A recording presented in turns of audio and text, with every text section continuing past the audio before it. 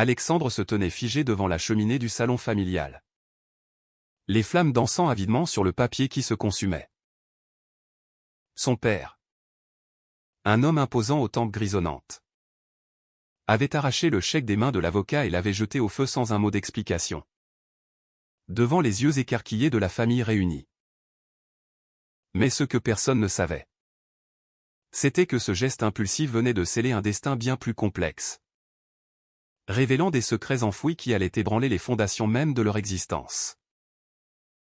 La fumée âcre emplissait l'air de la vieille maison bourgeoise du quartier du Marais à Paris, où les meubles anciens et les portraits de famille semblaient juger silencieusement la scène. Alexandre, 25 ans, sentait son cœur se serrer comme un étau. Il avait toujours su que son orientation sexuelle était un tabou dans cette famille conservatrice. Mais jamais il n'avait imaginé que cela irait jusqu'à priver l'héritage légué par son grand-père. « Papa. Qu'est-ce que tu as fait » murmura-t-il. La voix tremblante. Tandis que sa mère, élégante et distante, détournait le regard, feignant d'ajuster un vase sur la commode. Le père, Henri, un entrepreneur prospère dans l'immobilier, se redressa, le visage rouge de colère contenue. Cet argent était souillé par les caprices de ton grand-père. Il voulait te léguer tout ça pour que tu puisses vivre ta vie comme tu l'entends. Mais je ne laisserai pas cette famille se désintégrer à cause de tes choix contre nature. Les mots claquèrent comme un fouet. Et Alexandre recula d'un pas, sentant la brûlure de la trahison plus vive que les flammes. Il pensa aussitôt à Thomas, son compagnon depuis 2 ans, qui l'attendait dans leur petit appartement de Montmartre, ignorant tout de ce drame qui venait de s'abattre. Ce soir-là, en rentrant chez lui, Alexandre ne put retenir ses larmes. Thomas, 24 ans, un artiste peintre aux mains tachées de couleurs vives, l'accueillit avec son sourire habituel. Mais il s'assombrit en voyant le visage dévasté de son amoureux. « Qu'est-ce qui s'est passé ?» Alex, demanda-t-il en le serrant dans ses bras. Alexandre raconta tout, la lecture du testament, le chèque astronomique destiné à lui seul, et l'acte destructeur de son père. Thomas écouta en silence, ses yeux bleus reflétant une compassion profonde, mais aussi une pointe d'inquiétude. Ton père a toujours été comme ça. Rigide, prisonnier de ses préjugés. Mais 38 millions. C'est insensé.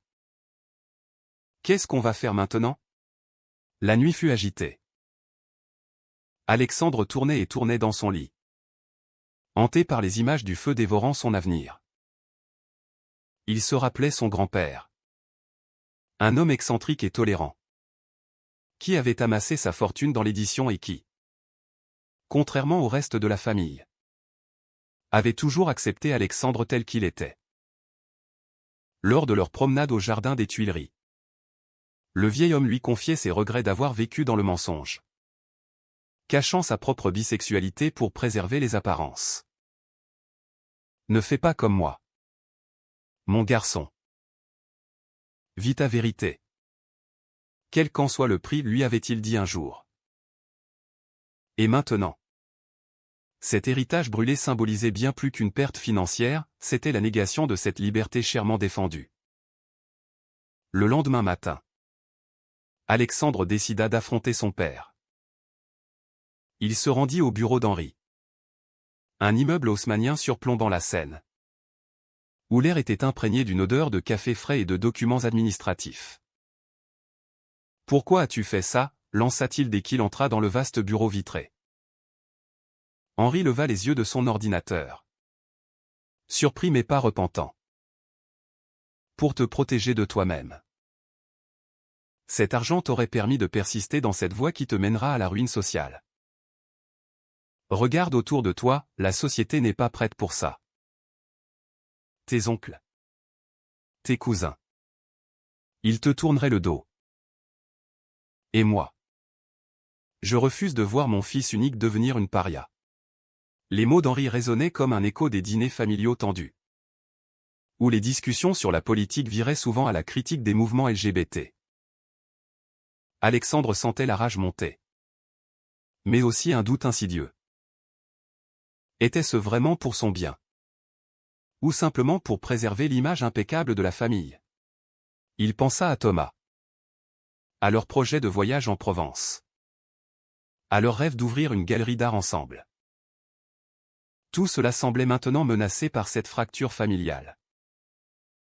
Tu ne comprends pas, papa. Thomas est tout pour moi. Et grand-père le savait. Henri secoua la tête, les lèvres pincées. Ton grand-père était un idéaliste. Il n'a pas vu les conséquences. Mais moi, je les vois. Si tu continues comme ça, tu perdras tout, la famille, le respect, peut-être même ton travail. Alexandre travaillait comme consultant en communication. Un poste obtenu grâce aux connexions de son père. La menace était claire, choisir Thomas signifiait risquer l'isolement total. De retour chez lui, Alexandre trouva Thomas en train de peindre furieusement, comme pour évacuer sa frustration. On ne peut pas laisser ton père dicter notre vie, dit Thomas en posant son pinceau. Allons voir l'avocat. Peut-être qu'il y a une clause. Quelque chose qui annule cet acte. Alexandre hésita. Contester légalement signifierait une guerre ouverte avec sa famille. Une exposition publique de leurs conflits intimes. Mais le regard déterminé de Thomas le convainquit. Ensemble, ils prirent rendez-vous avec Maître Leclerc, l'avocat du grand-père. Lors de la rencontre dans un cabinet discret de Saint-Germain-des-Prés, Maître Leclerc, un homme d'une cinquantaine d'années au costume impeccable, les accueillit avec une expression grave. Votre père a commis une erreur en brûlant ce chèque. Mais l'héritage n'était pas seulement financier. Votre grand-père a laissé une lettre scellée, à n'ouvrir qu'en cas de contestation. Alexandre sentit son pouce accélérer. La lettre révélait que les 38 millions n'étaient qu'une partie, il y avait aussi des propriétés, des actions, et surtout, un journal intime détaillant les secrets de famille, y compris des affaires illicites d'Henri dans les années 80. Cette découverte changea tout. Alexandre tenait maintenant un levier. Mais l'utiliser signifierait trahir son père, exposer des fautes passées qui pourraient ruiner la réputation familiale. Le dilemme moral le rongeait, venger son grand-père et affirmer son identité. Ou préserver la paix au prix de sa propre liberté? Thomas, à ses côtés, murmura, c'est ton choix, Alex. Mais souviens-toi du prix que ton grand-père a payé pour son silence. Les jours suivants furent un tourbillon d'émotions. Alexandre évitait les appels de sa mère, qui tentait de le raisonner, invoquant la tradition et la religion. Pense à ton âme. Mon fils, disait-elle d'une voix tremblante. Mais Alexandre sentait une force nouvelle grandir en lui, nourri par l'amour de Thomas et le legs spirituel de son grand-père. Pourtant, la société parisienne, avec ses cercles élitistes, commençait à murmurer. Un cousin éloigné, apprenant la nouvelle, annula une invitation à un gala, prétextant un emploi du temps chargé. Thomas, de son côté, affrontait ses propres démons. Issu d'une famille libérale de Lyon, il avait toujours assumé son homosexualité. Mais voir Alexandre souffrir le faisait douter. Et si on partait?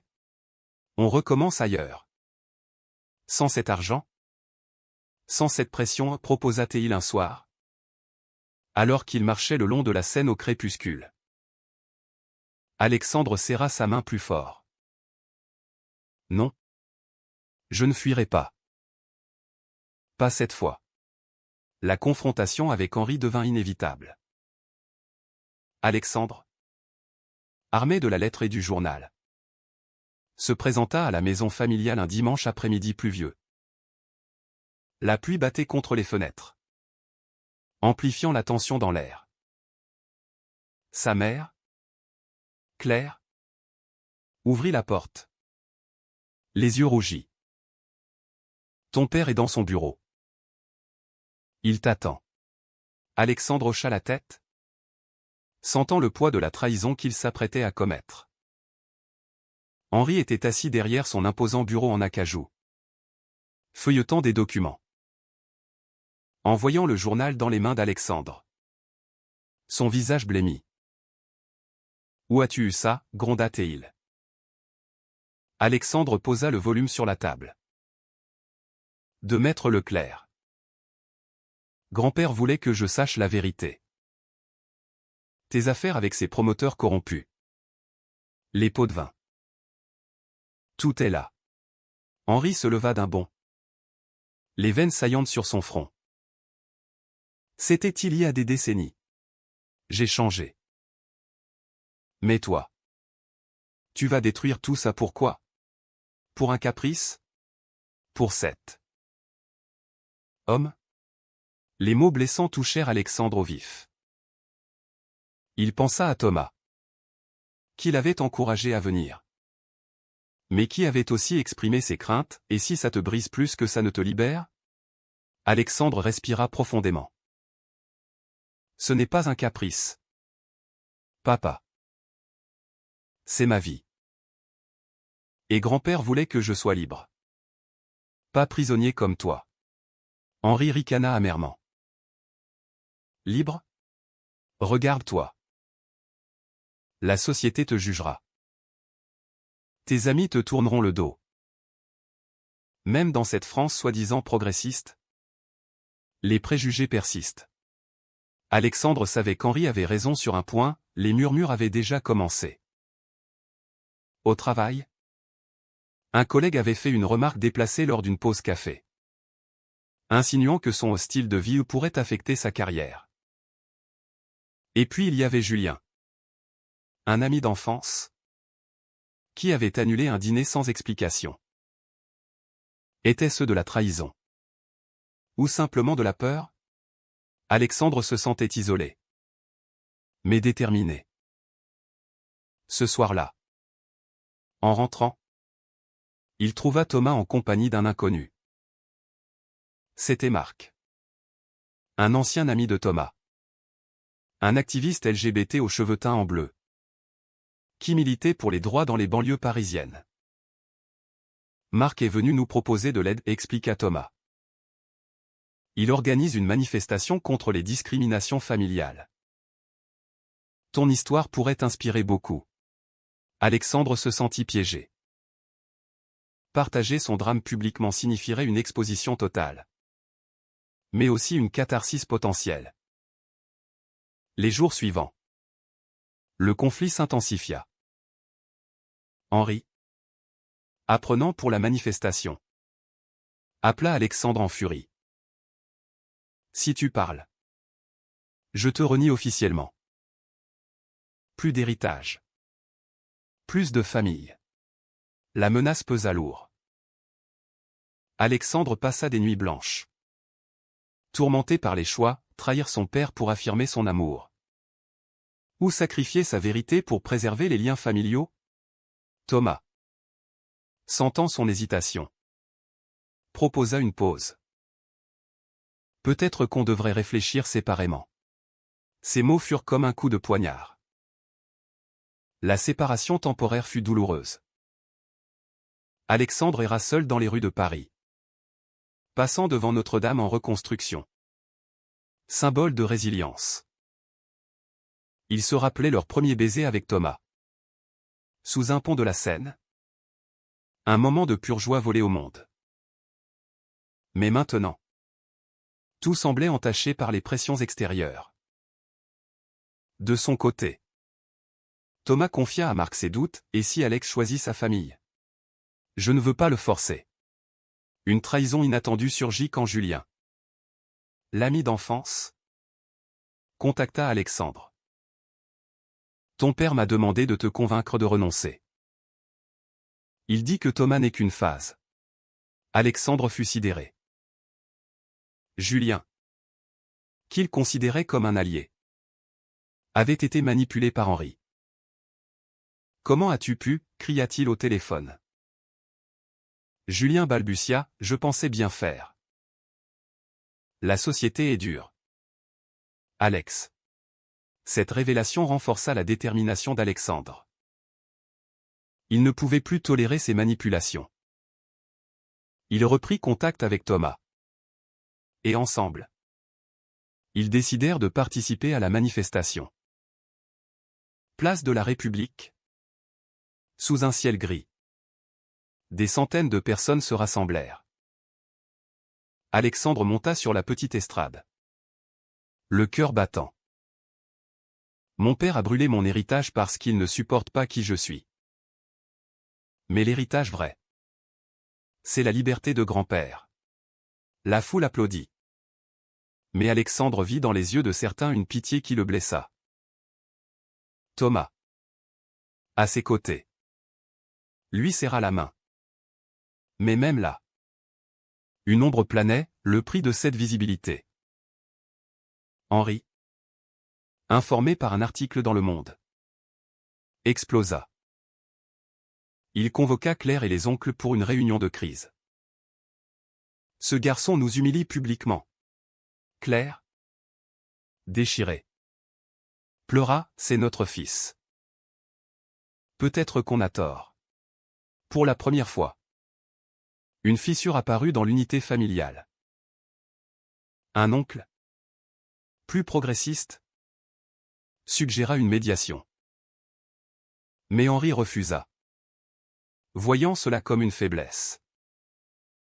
Alexandre, rentrant de la manifestation, reçut un appel anonyme. Une voix menaçante, arrêtez de salir votre famille.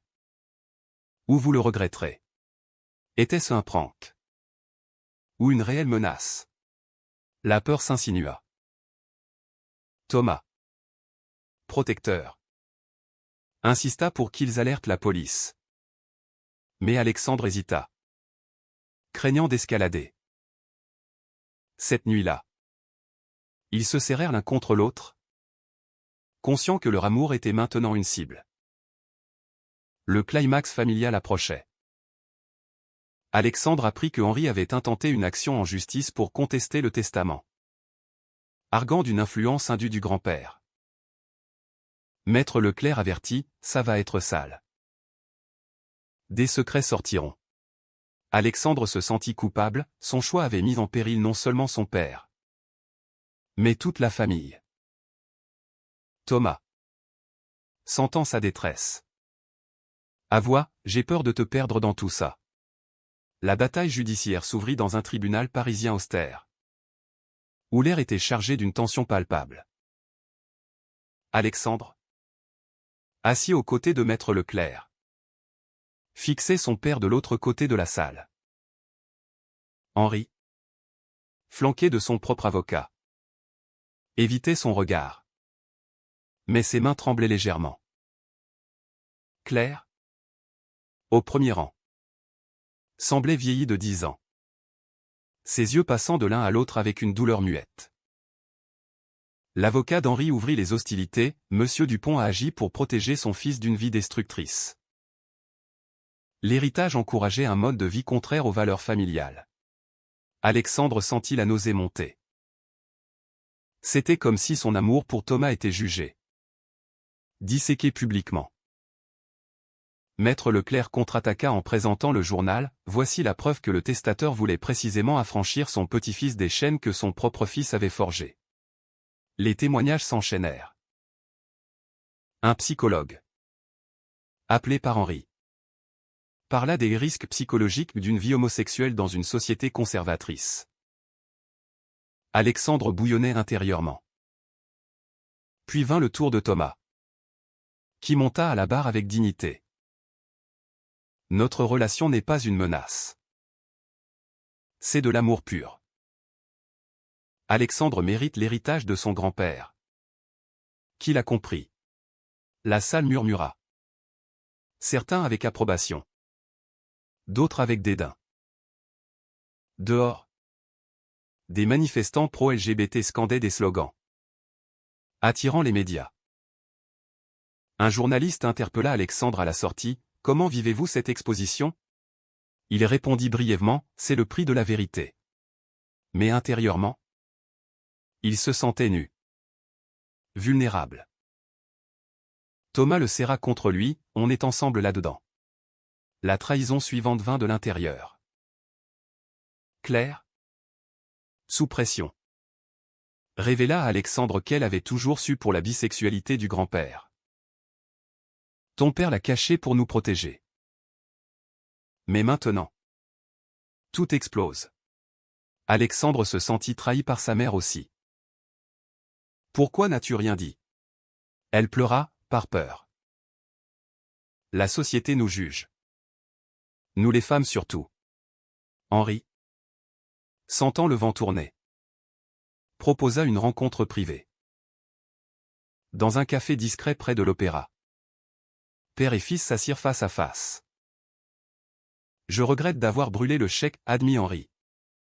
La voix rauque. Mais je ne regrette pas de vouloir te sauver. » Alexandre secoua la tête. Me sauver de quoi? De moi-même? C'est toi qui vis dans la peur. Papa. Pour la première fois. Henri craqua, racontant son enfance rigide. Les attentes sociétales qu'il avait moulées. Cette confession ébranla Alexandre. Il vit son père non comme un monstre, mais comme une victime des mêmes préjugés. Pourtant, le dommage était fait. Je ne peux pas renoncer à Thomas, dit-il.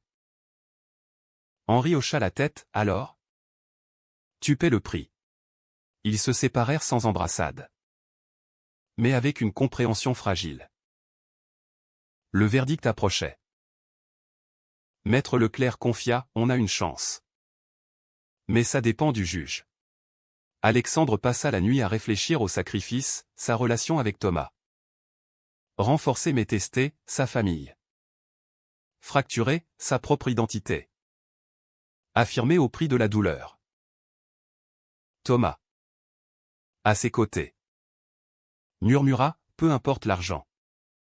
On s'en sortira. Mais une nouvelle torsion surgit. Un cousin, jaloux, contacta la presse avec des ragots exagérés, dépeignant Alexandre comme un opportuniste. Les réseaux sociaux s'enflammèrent, avec des commentaires haineux. Thomas reçut des messages anonymes, « Laisse-le. Ou tu le regretteras. » La peur devint réelle. Ils changèrent de serrure. Évitèrent les sorties nocturnes. Alexandre confronta le cousin lors d'une réunion familiale tendue. « Pourquoi me trahir ?» Le cousin ricana, « Parce que tu nous fais honte. » La société n'accepte pas ça. Claire intervint, « Assez. C'est notre famille qui est en tort. » Pour la première fois. Elle prit parti pour Alexandre, marquant un tournant. Le jour du verdict, la salle était comble. Le juge, une femme d'une soixantaine d'années, annonça, l'héritage est valide. Le chèque brûlé sera reconstitué. Alexandre sentit un soulagement immense. Mais Henri quitta la salle sans un mot. Dehors, Thomas l'embrassa, on a gagné. Mais Alexandre savait que la victoire était amère. Les semaines suivantes furent un mélange de triomphe et de deuil. Alexandre reçut l'argent. Mais le fossé avec son père persistait. Henri s'isola dans sa maison de campagne en Normandie, refusant les appels. Claire, médiatrice, visita Alexandre et Thomas. Ton père souffre. Donne-lui du temps. Alexandre hocha la tête. Mais la douleur de la rejection l'ingérait. Avec l'héritage, Alexandre et Thomas réalisèrent leur rêve, ouvrir une galerie d'art à Montmartre. Dédiée aux artistes LGBT. L'inauguration fut un succès. Avec des amis, des militants, et même Maître Leclerc. Mais Alexandre remarqua l'absence de sa famille. Thomas, sentant sa mélancolie, dit « On construit notre propre famille maintenant ». Pourtant, les dommages sociétaux persistaient. Au travail, Alexandre fut promu. Mais des collègues chuchotaient. Un client conservateur annula un contrat, citant des valeurs incompatibles. Alexandre se demanda si la visibilité valait ce prix constant. Thomas, de son côté, affronta une critique artistique biaisée. Accusé de propagande gay. Une réconciliation inattendue survint quand Henri apparut à la galerie un soir pluvieux. « Je suis venu voir, murmura-t-il, fixant l'étoile de Thomas. Alexandre, surpris, le guida devant une peinture représentant deux hommes enlacés. Henri s'arrêta. « C'est toi et lui. » Alexandre acquiesça. Henri soupira, « J'ai lu le journal de mon père. Il avait raison. J'ai vécu dans le mensonge trop longtemps. » Les larmes coulèrent. Henri avoua, « J'ai eu des sentiments pour un homme. Autrefois. Mais j'ai choisi la sécurité. » Alexandre étreignit son père pour la première fois depuis des mois. « Il n'est pas trop tard. Papa. » Thomas, observant de loin, sourit, conscient du prix payé pour ce moment. La famille se reconstruisit lentement. Claire organisa un dîner, où les tensions s'apaisèrent. Mais les cicatrices restaient, les trahisons, les jugements sociaux. Alexandre et Thomas, plus forts, voyageaient en Provence comme prévu. Main dans la main, défiant les regards. Pourtant, Alexandre se questionnait, avait-il fait le bon choix? L'héritage financier était là. Mais le vrai legs, la liberté, valait-il toutes ses souffrances? Thomas, un soir sous les étoiles, répondit, oui. Parce que maintenant, on est vrai. La société évoluait. Mais lentement. Des lois progressistes passaient. Mais les préjugés persistaient dans les cœurs. Alexandre devint un porte-voix discret, aidant d'autres jeunes gays face à des familles hostiles. À la fin, Alexandre se demanda, la vérité vaut-elle toujours le prix de la douleur? Ou parfois, le silence est-il une miséricorde? Était-ce juste de forcer son père à affronter ses démons? Ou aurait-il dû épargner la famille au prix de son propre bonheur?